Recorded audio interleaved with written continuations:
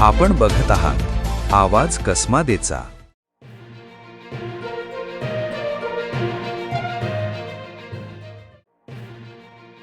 बागलाण तालुक्यातील जायखेडा येथे कृष्णाची माऊली समाधी स्थळावर भजन करून घरी परतत असताना 88 वर्षीय वृद्धाला भरधाव लाल रंगाच्या अज्ञात सिटी 100 दुचाकीने धडक दिल्याची घटना घडली। या अपघातात वृद्ध गंभीर जखमी झाले असून त्यांच्यावर नाशिक येथील रुग्णालयात उपचार सुरू आहेत। मिळालेल्या माहितीनुसार काशीनाथ शंकर सोनवणे वय 88 वर्ष हे सायंकाळी कृष्णाची माऊली समाधी स्थळावर भजन करून घरी परतत होते। यावेळी घरासमोरील जायखेडा नामपूर रस्त्यावर भरधाव वेगाने आलेल्या लाल रंगाच्या अज्ञात सिटी 100 दुचाकीने त्यांच्या पाठीमागून जोरदार धडक दिली। धडक इतकी जोरदार होती की ते गंभीर जखमी झाले। अपघातानंतर दुचाकीस्वार घटनास्थळावरून फरार झाला।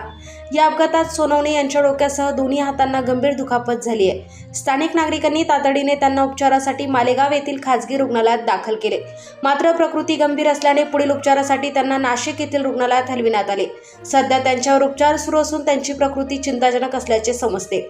दरम्यान जखमींच्या नातेवाईकांनी दिलेल्या फिर्यादीवरून जायखेडा पोलीस ठाण्यात लाल रंगाच्या अज्ञात सिटी 100 दुचाकी चालकाविरोधात गुन्हा दाखल करण्यात आलाय। पुढील तपास सुरू आहे।